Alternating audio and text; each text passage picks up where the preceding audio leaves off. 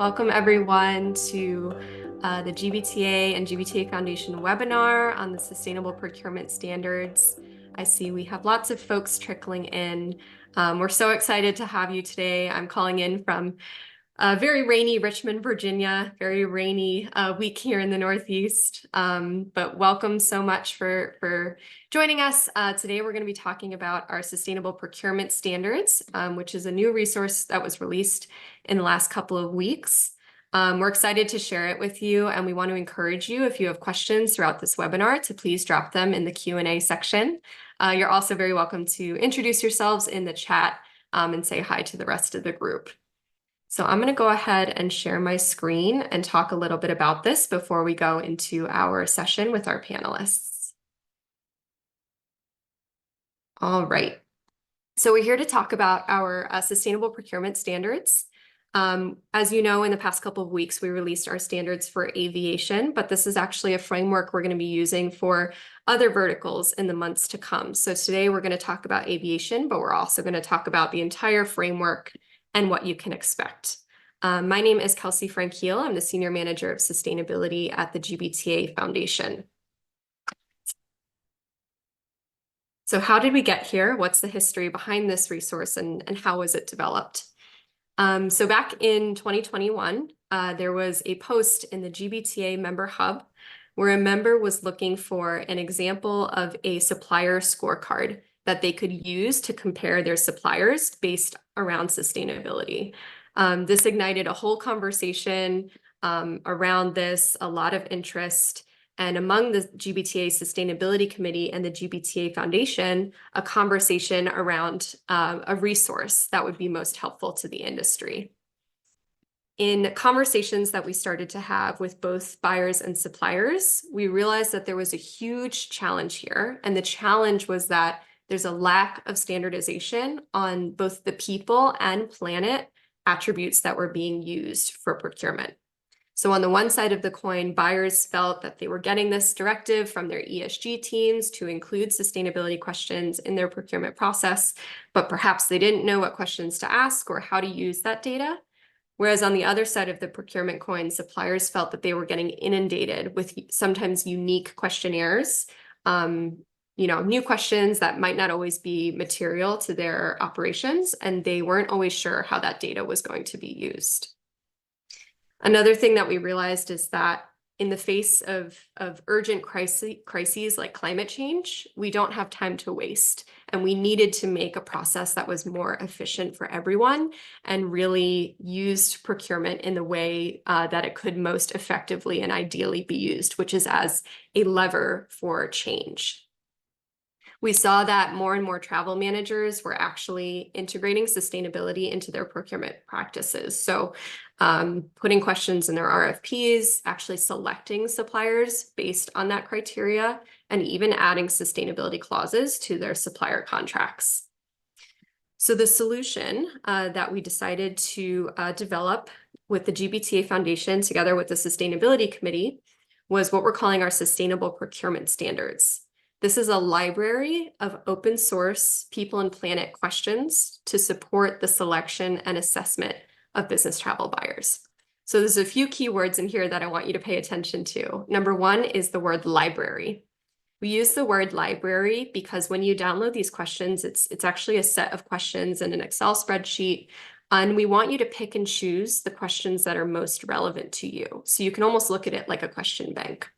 The second part of this phrase is selection and assessment of business travel suppliers. So in conversations, we realized that the problem went beyond just RFP. It was actually in the myriad steps of the procurement process. So some buyers are even doing evaluations of their existing suppliers as well. And so what we realized is we needed to give buyers a tool that they could then use the questions at the point in the procurement process that made the most sense to them. So it really meets corporate travel buyers where they are in their sustainability journey. Whereas on the other side of the coin, it prepares suppliers to respond in a more consistent and efficient manner. So as you know, we just released aviation a few weeks ago, but we're also looking to release our standards for hotel in May of this year and car rental in the fall.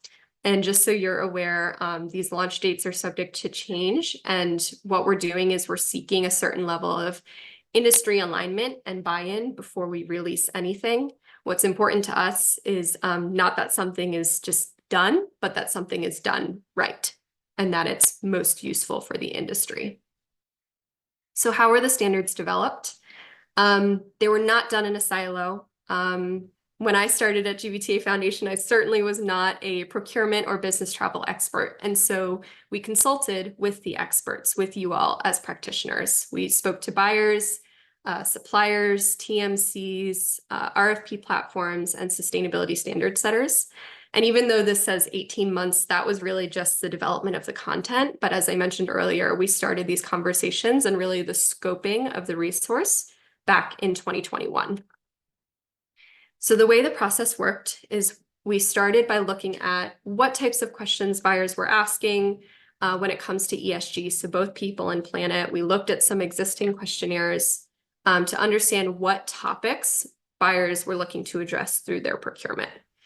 We then sought to align those questions with existing sustainability standards and frameworks, and I'll talk about what some of those are in a next slide.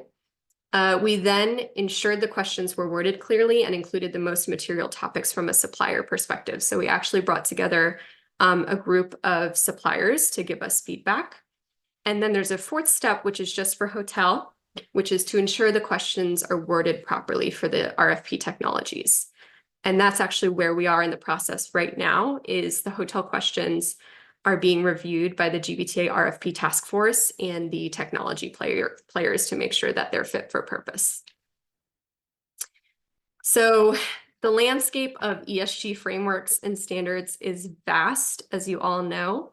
And when we started this project, we got inundated with people telling us, the different standards that we needed to look at. And it's not only reporting frameworks and methodologies, but it's also regulations, it's ESG ratings and scores. And so we had to figure out, where does procurement live in this landscape?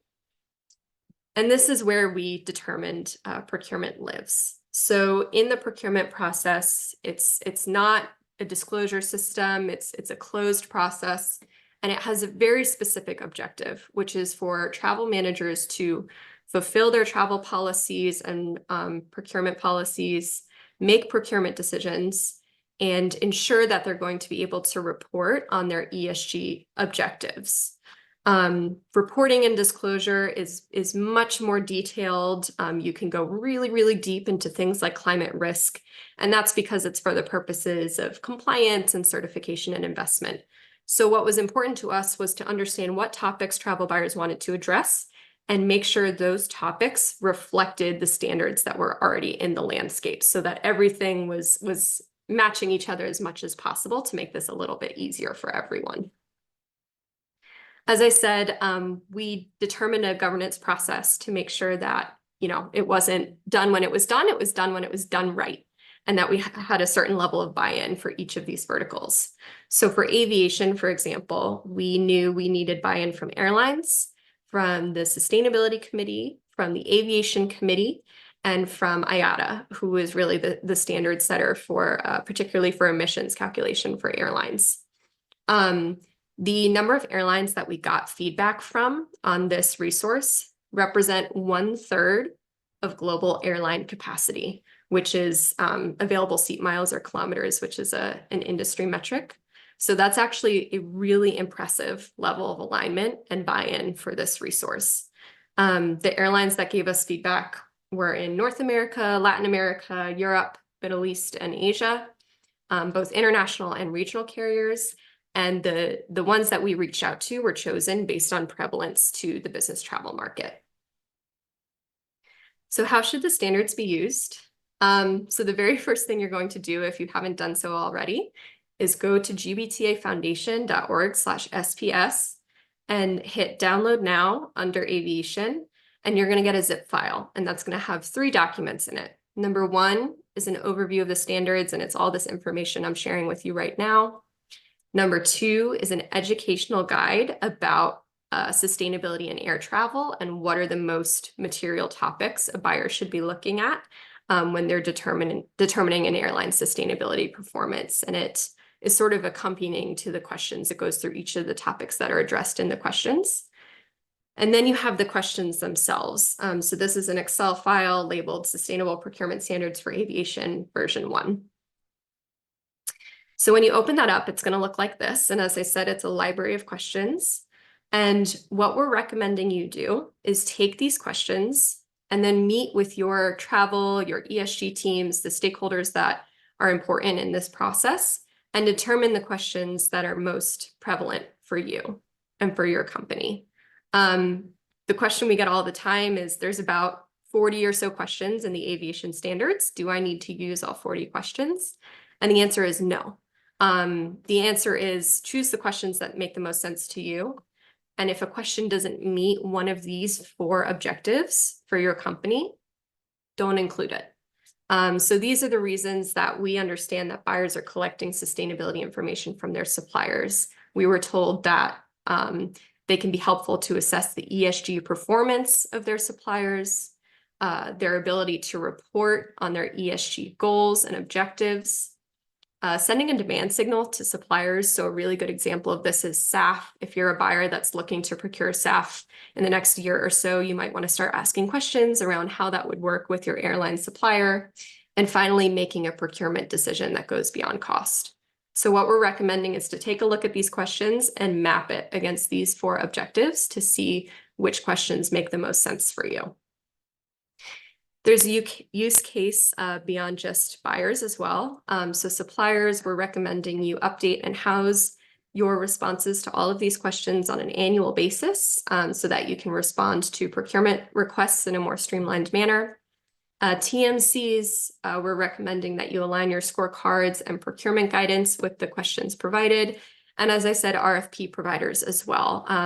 We're recommending that you update your technologies to reflect these questions, and we're actually working with those players through the GBTA RFP task force to make sure that happens. This is the accompanying educational guide that you'll download along with the standards. It's a really, really high quality document, and I really recommend you take a look at it before using the questions. So how will the standards be updated in the future? We would like to release an update every 2 years or so. And this is because the sustainability landscape is very fast evolving, as you all know, and we feel that we need to meet the pace of that demand. Now, obviously, we don't need to put the same level of investment and development into what it actually took to develop these questions. It will be modifications based on feedback that you all give us. So as you're looking at these questions, please reach out to us if you have feedback, because we want to make sure the questions meet your needs. One note is that the pace of updates will likely differ for the hotel standards, because it really depends on how quickly the technology players are able to update their systems. And what we're going to do as a next step after the hotel standards are released is talk with the hotels and the technology players to determine a realistic pace for updates. So how can you support uptake of the standards? We have 4 calls to action for you. So number 1 is, if you haven't already, please download the standards for free at gbtafoundation.org/SPS. There's a QR code for you on the screen. You can also follow the GBTA Foundation on LinkedIn and sign up for our newsletter to get updates on the next verticals that are to come. You can also help us promote the standards by liking and sharing our posts on social media. And if you'd like, you can even share a statement of support along with your feedback. And you can use the email address sustainability@gbta.org to do so. The thing I've been saying throughout this process is a standard is not a standard unless everybody knows about it. And so we'd really love your help in promoting this and getting the industry to use this really helpful resource. So I'm now going to move into our panel discussion, and I'm joined today by 3 lovely panelists, all from the GBTA Sustainability Committee. I'm going to stop sharing my screen so that you can see them all. But welcome, Adam, Robin, and Jenny. And to get started, I would really love it if you all could introduce yourselves by way of describing your role in this project and what you saw as the challenge from your side of the procurement coin. So let's start that off with Jenny. Thank you, Kelsey. And hi, everyone. This is Jenny Sabinu. I am the Senior Manager of Travel and Sustainability for Salesforce. I'm based in France.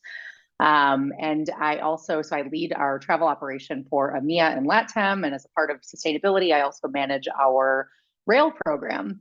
And so how did I get started in this project? I actually joined the GBTA Sustainability Committee back in 2021. And ended up, moving into the chair role when we first launched this project. And now I'm kind of a sitting sustainability committee member because I just love it so much. I'm not going anywhere. But anyway, the challenge really started, within my own program. And one of the reasons why I decided to join the sustainability committee initially was to benchmark with my peers, educate myself, really learn what was kind of happening in the industry around sustainability. And it wasn't too long after I joined the committee that post that you were talking about that happened on the hub surfaced, where there were several employees. The post went viral, looking for help on how to rate their suppliers around sustainability, how to build a scorecard. And I also had experienced that myself, when I first started managing sustainability for our program, kind of one of the first things you do is lay out your short, medium, long-term goals. I looked at in the short term as, adding sustainability questions into supplier procurement process and RFPs, namely with the hotel at the time. I thought this is what I thought was going to be low-hanging fruit, and kind of, something easy to kind of get myself started around sustainability with the travel program. And I quickly learned that it was very difficult. There were, especially in the accommodation space, several certifications out there. What do they mean? Which one is better than the other? Varied guidance, across, the globe. And I honestly didn't even really know, what I was going to be doing with the responses once they came back. I knew kind of in the short term that I would have loved to, preference or highlight a supplier differently in my online booking tool, and quickly realized that wasn't a perfect opportunity either. So it was very evident to me as a buyer that this was a challenge that the industry needed to tackle. And I'm just so grateful and thankful to GBTA and the foundation. Well, first, thank you for having me here on this webinar, but the fact that you dove in, supported the project, and really doubled down on everything around it, including the great resources that you created to support this. So I'm just very, inspired and excited to get started on this project at Salesforce. So thank you. That's my introduction. Thank you, Jenny. Adam? Great, thanks, and hi, everybody. My name is Adam Keeter. I'm the Director of B2B Products and Partners for United for Business and United Airlines. I'm new to the Sustainability Committee at GBTA during this year. And as a member of the Aviation Task Force, really my job and my goal was to help develop questions that are specific to our industry, the aviation industry, and that reflected real metrics and topics that are most relevant to us. On the aviation and supplier side, I can tell you that it's been a fairly significant challenge continuously bringing in our ESG team to each RFP, and really spending a large amount of time on different types of questions that were either worded differently or that asked for different metrics, and really needing that middle person and really slowing down and causing confusion to the RFP process. And our goal in this really was to mitigate all that, to create questions that were as standardized as possible, that we could have answers that were more, more standardized, and that enabled our sales team themselves to actually answer these questions and work directly with the buyer, rather than having to bring in that ESG team every time. And so I think through that, we've done that. Thank you, Adam. Robin? Hi, everyone. My name is Robin Grasanovitz, and I am the current chair of the GBTA Sustainability Committee. In my role, I think that I was fortunate enough to sit and be involved in every single one of these verticals, and in the question and the content creation, and hear some of the debates and the challenges. And I think that the biggest challenge that I foresee is change. And it's change of not just buyers and incorporating these questions and suppliers and answering them, but just change in general. We are adding quite a few questions to an already lengthy process or a lengthy RFP process, but this is very, very important. And so that was something that was pretty consistent across each one of these verticals. And it was something that everyone involved was very in tune with. We weren't about trying to make add questions if they were not pertinent. And we looked for every opportunity to make sure that, okay, is this informative? Is this actionable? And by the way, can all the suppliers answer this? Is this something that can be understood? So there was a lot that went into it. But again, this does mean change on all of our parts to ask these questions and really not just ask these questions of suppliers, but it's going to be change that we're all faced with across a multitude of facets. But yeah. Thank you so much, Robin. So I didn't really dive deep into the aviation space in my slides, so I'd love it, Adam, if you could speak a little bit to that. So as you mentioned, you were deeply involved in the development of the airline questions. Can you speak to how you as United would plan to use this resource and what you would recommend to other airlines into integrating it into their practices? Yeah, sure thing. I think starting with other airlines and recommendations for other airlines, a couple points on that. First, we wanted to maximize the global breadth of airlines that we brought into this working group. Those that I can name: Alaska Airlines, Air France, KLM, Cathay Pacific, Delta, Southwest, and of course United. So think of really a global understanding of what metrics and requirements that mattered. And we identified those metrics that were really, really specific that airlines were already using today. I think a good example of this is the emissions per revenue passenger kilometer, that versus the emissions per revenue ton kilometer, and had a lot of great discussion around really, really specific things like that, because certain airlines for the most part use one, not the other. And so we wanted to make sure we included both of those and allowing the airlines to answer really, really specifically in what they're already using today. And so by doing this, hopefully, as airlines start to use these questions, they already have a lot of these metrics stored, and they already know what these metrics are, and these metrics are already the things that they're talking about in their sustainability reporting. So my recommendation for the airlines is simply use that, store these responses in one place, enable your sales teams to use them as you're answering RFPs.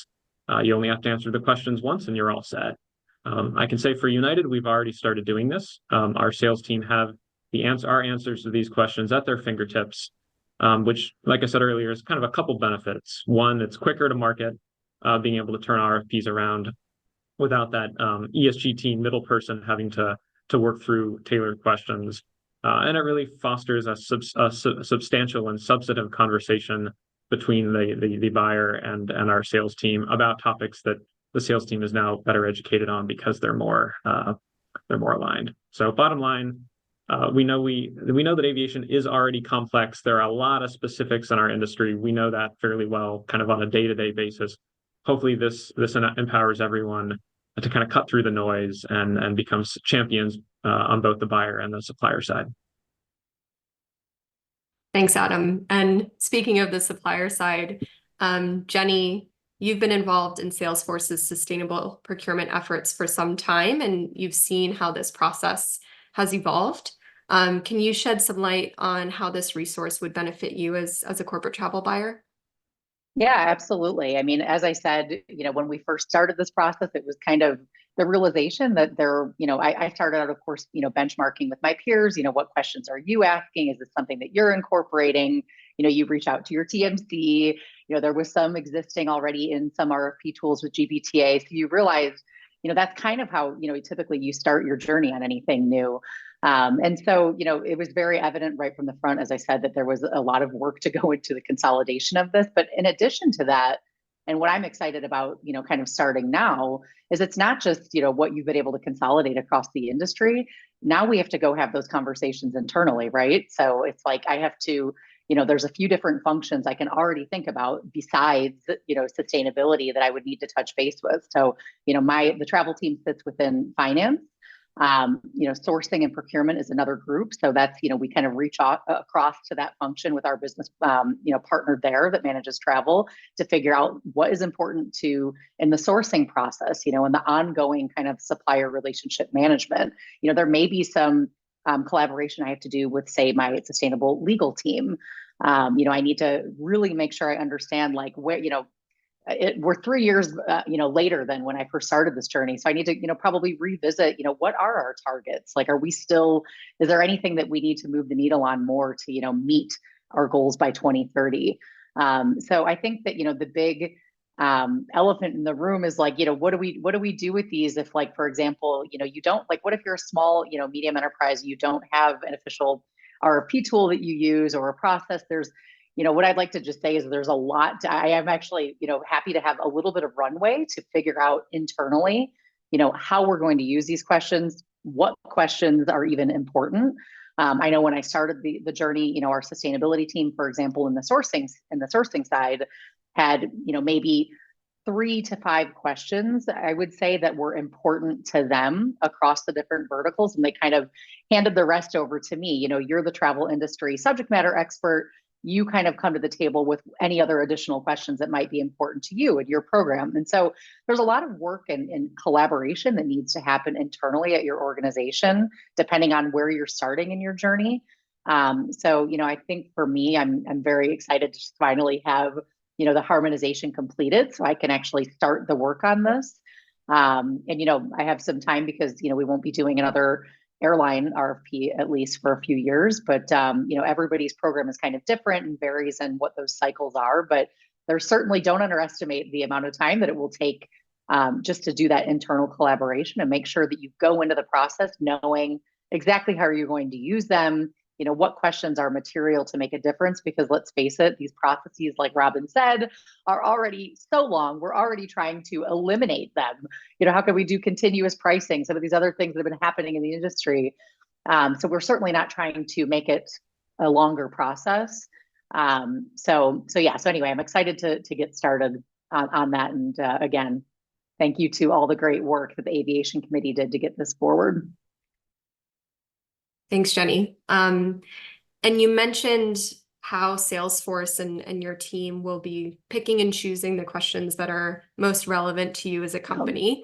I wanted to pass that to Robin. So Robin, how would you recommend the Sustainability Committee, or how does the Sustainability Committee recommend buyers use these questions? Should they change the wording if the questions don't meet their needs? And there's actually already a question in the Q&A about this that I want to address is, why are we using the word standard here and not guidelines?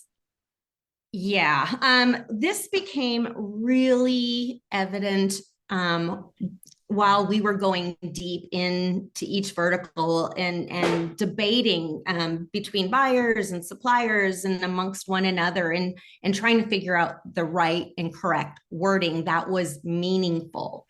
And a prime example is you could ask a question, and in what we had on some of these task forces, where one supplier would interpret it one way and another supplier would interpret it another way. Okay. And that is very dangerous, especially as a buyer, when you're trying to understand and benchmark the responses from these suppliers. Anything that can be open for interpretation, it's going to really derail your ability to benchmark. Okay. So that's all for naught. So we really strongly encourage you to not change these questions, because they have been heavily vetted across numerous suppliers so that these suppliers do understand exactly the intent behind the question. Okay, so that's one reason why you don't want to do that. Now, if you do find that there is a question that maybe doesn't meet your needs, please let us know through the committee, let the foundation know, because this isn't in cement. These are on paper and they will be changing, as Kelsey had mentioned. But the second reason why you really don't want to change those questions is because if a supplier gets them and they're like, oh, I've not seen this before, then they've got to chase down the answer, okay? And that adds to an already lengthy and timely process. Now you take that and you manifest it across all of your suppliers, and they're all doing this. This just adds to the time and delay, and again, potentially results in an inability to benchmark. Thanks, Robin. And I actually want Adam to weigh in on that as well, because that's something I didn't know going into this process, is the sheer amount of time that ESG teams on the supply side are spending responding to these questions. Adam, do you want to speak a little bit to that? Sure, I can confirm everything that Robin said. From our perspective, it's really getting the right answers that are accurate in a timely way in order to complete the RFP as seamlessly as possible, and changing the question simply prevents that from happening. It slows everything down. So we want to make sure we're getting the right question that answers with the right metric, that is consistent with what we know internally, and that's why the questions and the standardization is so important. Absolutely. And just to reiterate what Robin said, we do want to make sure that this resource meets your needs. So please reach out to us if you do have feedback. So going back to how this resource will be used, I'm sure there's a lot of questions about the hotel RFP, and we want to acknowledge that, you know, the hotel questions and how you might use it is going to look very different from how you would use this for aviation or car rental. So Jenny, it's going to take a few years for the RFP technologies to update their systems to align with our questions. Although we will be releasing our questions in an open source format so you can prepare. What should buyers do in the meantime while they wait for the RFP technologies to integrate the new sustainability questions? Yeah, and I kind of jumped the gun and touched on this in my last comment, but it definitely, again, don't underestimate the time that it will take you to spark this kind of collaboration internally. You know, it's not just about what questions are material or important to your company, to your travel program, to your ESG goals. You know, it's also, what are you going to do with them? Are you going to build a scorecard? Is this something that, you know, your sourcing team is going to help you build internally? Is this a homegrown, you know, scorecard product? Are you going to partner with your TMC and utilize a scorecard maybe that they're presenting? You know, there's quite a bit of steps. And, you know, it may change too. You may decide you want to start out, you know, small with just a few questions. If you're a company that, you know, works with a major RFP tool now, it's very possible. Like, for example, at Salesforce, you know, we do have an RFP tool that we work with that already has a set of questions around sustainability that were incorporated a few years back by GBTA and another task force. So, you know, in the meantime, I will continue to use those while I, you know, create, you know, this program around supplier sourcing and enablement with sustainability with, you know, the relevant parties within my organization. So again, you know, don't change the questions, don't change. There was a lot of work that went into this, like, cross-industry collaboration and standardization. And what we are here to do is actually influence real material change, not create bottlenecks and more work for, you know, employees that are having to go out and get this information. I mean, that is really the key to success here. And as Robin said as well, you know, this is something that we know is going to change over time. So your feedback is more critical than ever. Like she said, if you see something that isn't working and you know it's something you're going to be asking every year, maybe it's a new trend around, you know, what's happening in this space, definitely reach out. All the information is in the resources, who you email. I think there's a sustainability@gbta.com email address. So definitely that would be my advice. And that's what, you know, again, I'm excited about, you know, doing and getting started internally at my own organization. Awesome. And just to reiterate, Adam, we don't have the same technology issue for aviation. So can buyers start using these questions right away and integrating them into their practices? The answer is yes. And the reason why is because, as most of the buyers here probably know, aviation RFPs tend to be much fewer in number, but take longer and are more elaborate. And so by definition, those just tend to be more manual in terms of questions being asked through documents rather than through portals and through extensive online questionnaires. So the answer is yes. Generally speaking, most of what we receive, we can turn back with the answers directly in kind of a non-portal format. Awesome. Thank you, Adam. So I want to turn it over to our participants. I'm sure you've all been listening intently and have a lot of questions for us. I'm going to ask Fanny Everard, who's on the GBTA Foundation team, to ask some of your questions live. So Fanny, what questions do we have? Yeah, hi everyone. So the first question we have here in the chat is about the format of the Excel file. So most of the questions are asked in free text response, and people want to understand like why this is for, and whether there is an explanation for why this was chosen as the format. Great question. And I'm going to let Adam respond to that. But one thing I'll say is you'll notice a big difference in the types of open-ended questions that are asked for like aviation and car rental versus hotel. And there's a reason for that. But Adam, why did we decide to go that free text route with a lot of our aviation questions? Yeah, I think a lot of them just tend to be qualitative in nature. So thinking of some of the examples of initiatives that your airline have participated in, do you use sustainable aviation fuel or not?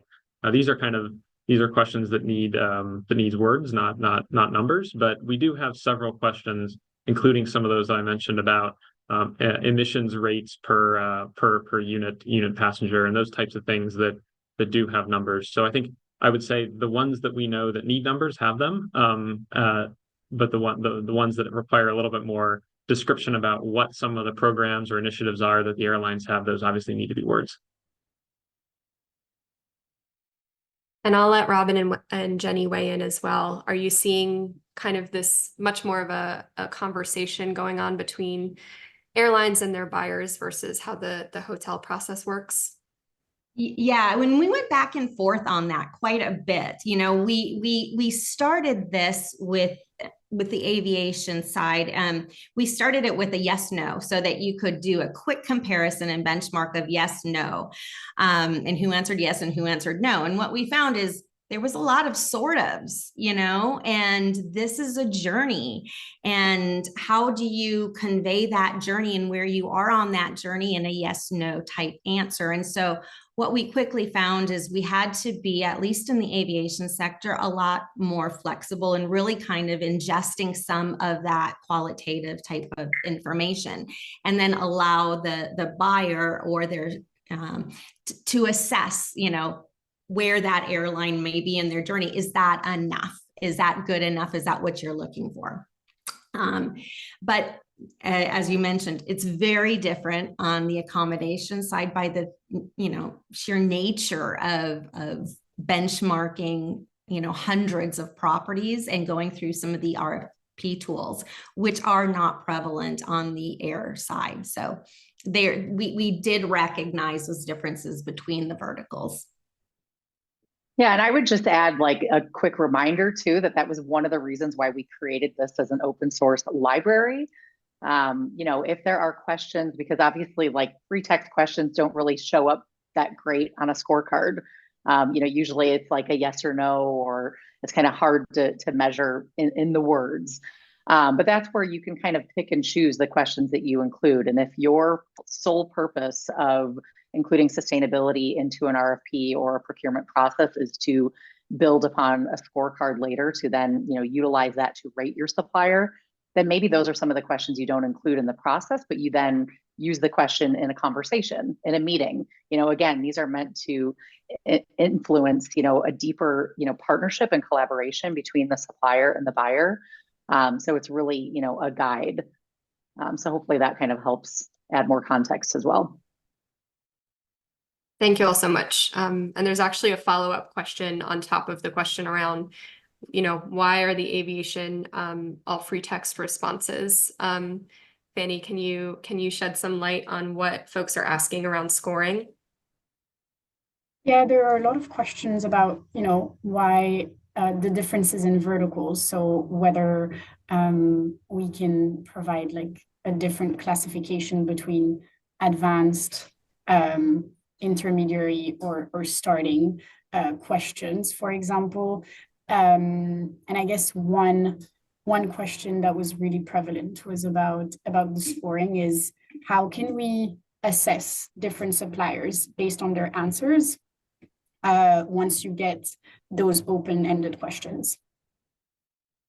That's a great question. And that's actually where we started this process. So just to speak from the foundation's perspective, is the original ask was, can I have a scorecard template? And that's the path we started on. But we actually realized, wait a minute, we can't get to, what are the different levels of responses until we agree on the questions themselves. But I do want the panelists to speak to what they might recommend for a future iteration of this if we see this evolving into a scorecard. So Jenny, is that something that you think would be helpful from your perspective as a buyer?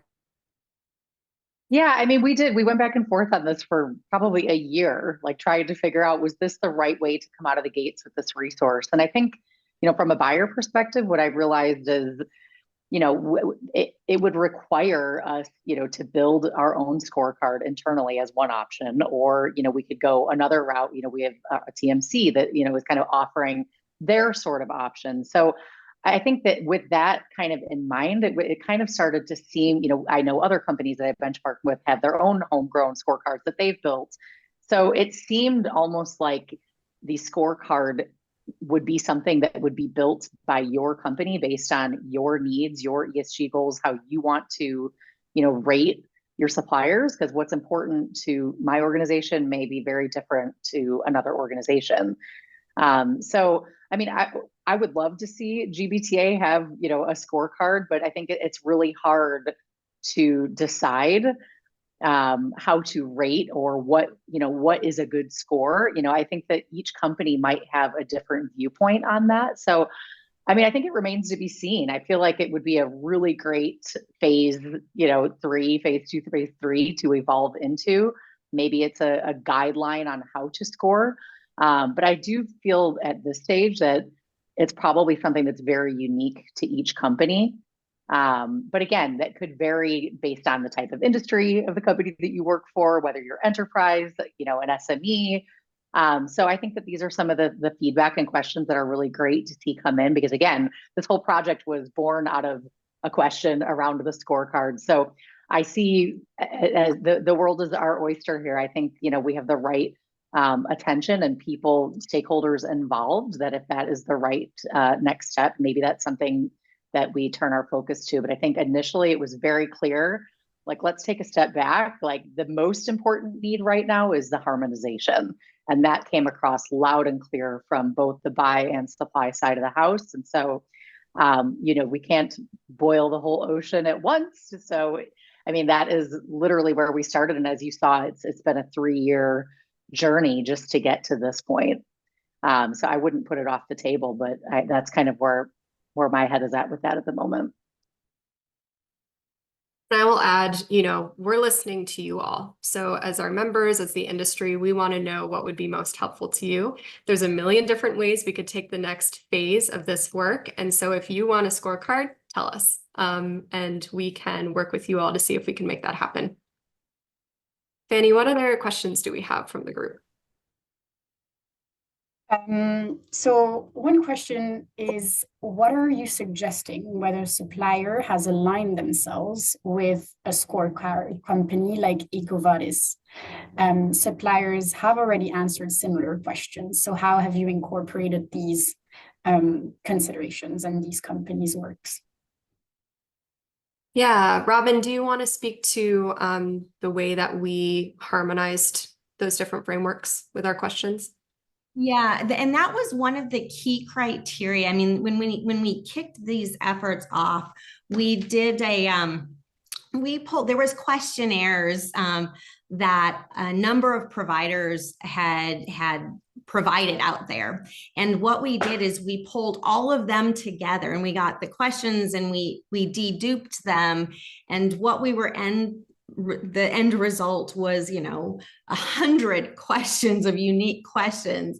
And so but we wanted to make sure that they were involved in this process as well. One provider might have given us a lot of insight into the biodiversity and another one around people. And so we incorporated all of them, deduped them, and then tried to consolidate and really worked with the suppliers at that point in time to say, do you understand what this question means?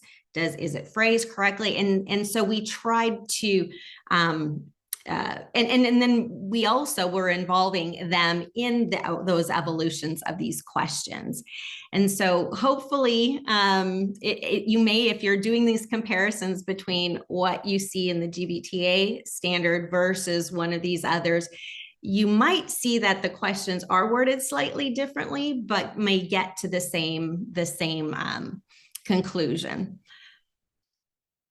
Yeah, and one thing you'll notice in the questionnaire is that, you know, we give suppliers the opportunity to talk about like their performance and ratings and rankings like EcoVadis.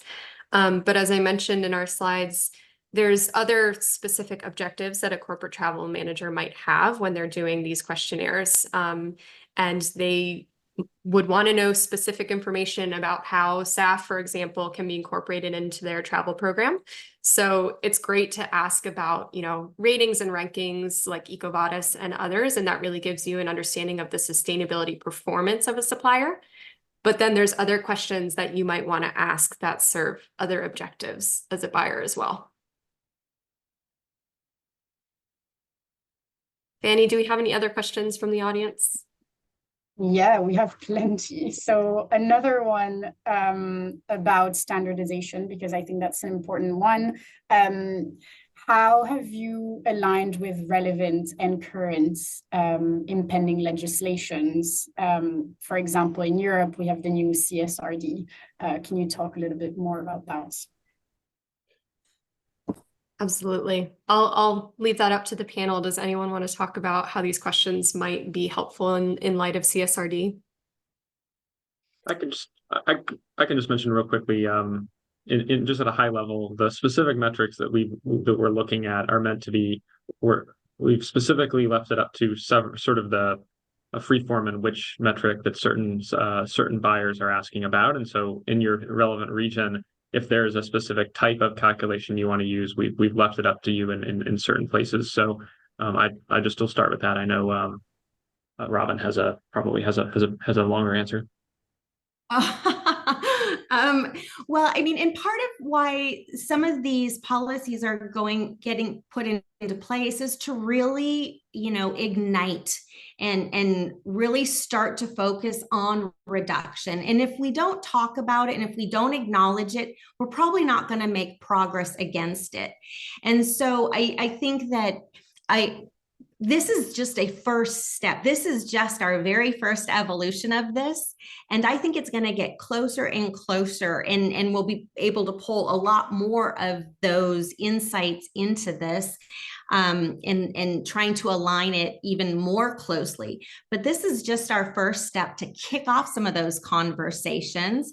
And who knows, it might get, might incorporate some of that scoring as well. So you can start to show some of that progress.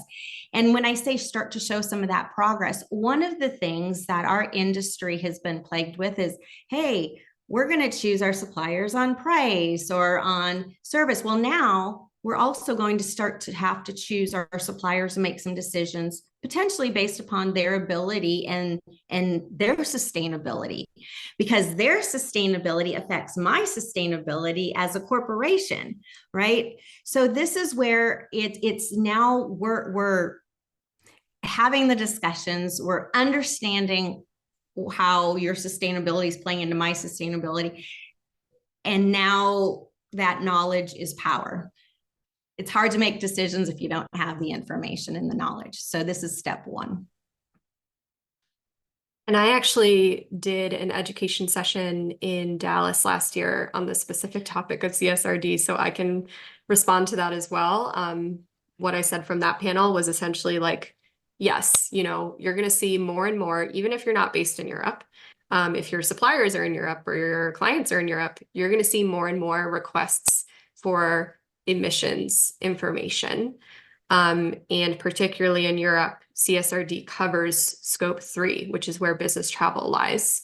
So these questions are going to give you the tools to actually be able to say, like, yes, my suppliers can give me the information on their emissions, and that's going to help me report under regulations like CSRD. And I think it's I was just going to say, I mean, it's a perfect segue into what we were talking about earlier too, around like, what are we doing with this with these questions right now, like for example, if they're not in your RFP process already, this is another kind of example of that. While we're waiting for regulation to catch up or legislation, it's like we can't wait to do that, because really that's not what's influencing the real change. It's all the great work, that we're doing and the influence that we have. So, getting started before there is, this requirement, and, collecting this data, maybe that is the purpose. That could be identified and shared with your suppliers as one of the main reasons why you're collecting this information. If you're not concerned with if the regulation isn't concerning you, or you're in a different location, maybe that's a question that you then leave off. So it certainly, again, can be unique based on the company, and the questions will evolve over time with regulation and legislation as well. So. And while we're on this really kind of technical and jargony topic, I see we have a question about some of that technicalities. Fanny, do you wanna ask that question of the group? Yeah, what about other standards and other companies, such as, the Google model, the ICCT, Travelist TIM model, all these like technical things that are particularly related to aviation, but in general, how have you incorporated all these different standard setters into the sustainability procurement standards? Yeah. And I'll let our airline experts speak to the differences between these methodologies and why we've worded the questions the way we have. Sure. And I think I kind of covered it in the last answer, but I think I count about 6 or 7 different types of calculations that we use and that we enable at United for Business when answering questions. And so 1 or 2 of them are likely in that group that was asked. I think the answer is that we obviously want to move towards standardization as best as possible. We understand that isn't quite where we're at yet. And so we simply want to give you the answer in the metric or in the format or in the calculation that you want. And generally speaking, the questions that are quantitative generally are allowed to answer in that. So I'm not sure specifically on exactly the formats that were asked, but generally speaking, the questions enable answering it in the format or calculation that fits you best. Yeah, and if you take a look at the questions, you'll see that we very specifically ask for revenue-based metrics, RPK, RTK, that airlines are very prepared to respond to. And that's very much across the board. Almost any airline can give you that metric, but then for the passenger or route-based methodologies, like the TIM model that was developed by Travelist and is now managed by ICCT, we ask, what methodology is your airline using to calculate those per passenger emissions metrics that you're going to see in your OBT and what have you. So all of that is referenced, and there's actually more detailed explanation and information on that in the educational guide that you'll download. We have time for one more question, Fanny. Yes. So looking ahead at the future of the standards and what's coming next, are there plans to include other verticals, such as, for example, a TMC as a vertical, or any other? What's the plan? Robin and Jenny, do you want to see a TMC sustainable procurement standard? Yeah, that's a great question. It's very timely as well. And the thought was in fact, within the committee, we were looking at our projects for next year. And so now that we've done, air car accommodations, what's next? And in some of the conversations that I've had, we also started this with rail.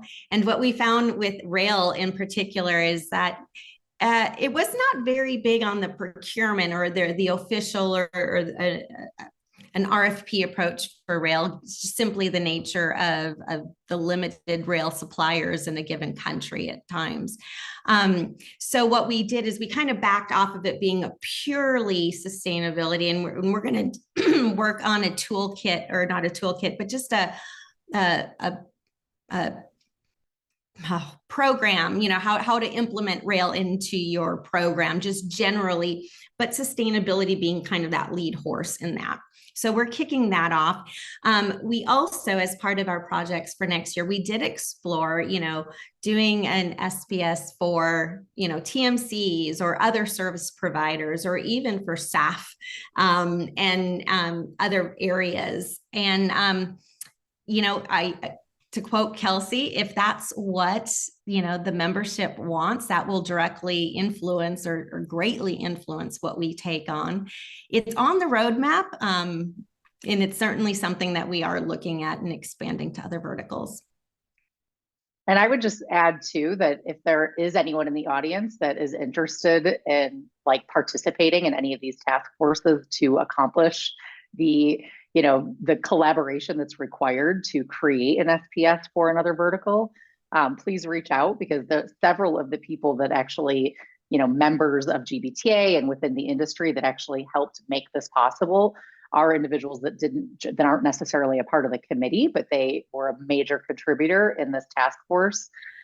So in a sense, it's like they are a part of the committee, but definitely raise your hand. And I will say, being an active member on the rail task force, that I'm very excited about the work we're doing there and how we changed the scope of that, because like you said, Robin, and something that I've learned since relocating over here in Europe and really trying to build out a rail program is, yes, there is no procurement process, because if you have the monopoly on a market and there's no competition, you're not really, who are you rating your suppliers against? So it really, to kind of shift that focus to more of building a guide. I was going to throw out the word guide for you, Robin. I was struggling for a word, but yeah.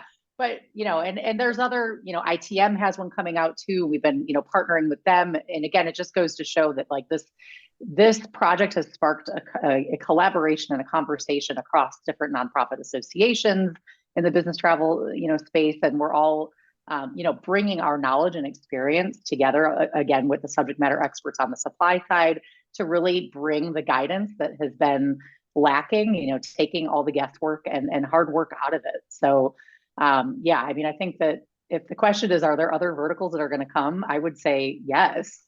I don't know which one's next. Well, I know accommodations, but anyway. And to use a phrase we use a lot in this whole space is demand signal. You have a demand signal for us as well. So use that demand signal and help us figure out what the next priority should be for the GBTA Foundation. So we only have a few minutes left, but I want to give the panelists a chance to kind of wrap things up. What's one message you really want our audience to take away from this webinar? One message or call to action? And I'll start with Adam. Mine is keep standardizing. In the airline industry, we like to make things as complex as possible. And recently, we've really tried to focus on breaking through a lot of that noise. And so in this world, this is a great first step. And I'm encouraged to work with our buyer community to keep standardizing and simplifying this great conversation about sustainability. Thank you, Adam. Jenny? Thank you, Adam. Yeah, and I would say two words kind of come to mind for me, and it's leadership and collaboration. And on the leadership side, as a travel manager, as a buyer, we are very uniquely positioned to take a leadership role in this. And so even if your CFO or your, whomever at your company is not asking you to do this is an excellent opportunity to take that initiative, in your role in your career, to push this initiative forward, knowing that this is going to be something that will drive real material change. And then the collaboration piece, this is an opportunity to not only, reach across, functions internally, but also to deepen your partnerships with your suppliers. This is really, we're giving you a roadmap of a conversation that needs to be had. And I think it's a really interesting time to be a travel manager, because we've really expanded the scope of our importance and our role. And you have a lot of influence. So, really go after it and benchmark with your peers, and don't recreate the wheel. Thanks, Jenny.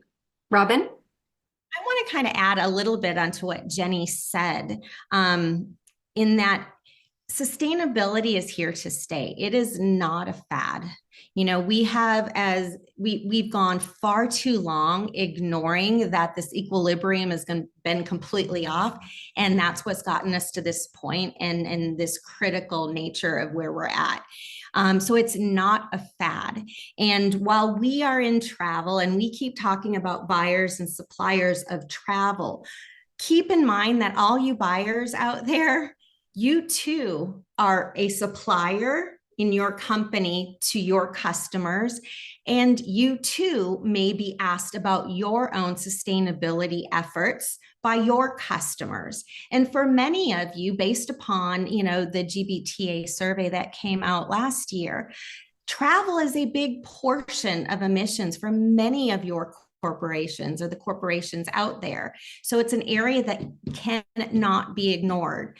And so if your company, to what Jenny was saying, it may not be a priority or you may not be feeling the pressure yet from your executives, but you will. It's just a matter of time. And the further you can be down that path and enlighten your leadership about what's happening and how your suppliers on your side and how you've already got the most sustainable or what you're doing, I think it'll catapult you further down that path in your own corporate emissions. Awesome. Thank you all so much. We're at the top of the hour, but just so everyone's aware, you will get the recording following this webinar. And if you want more information, if you want information or slides, we're happy to provide that to you. You can reach out to us at sustainability@gbta.org. So thank you all very much. Have a great rest of your day.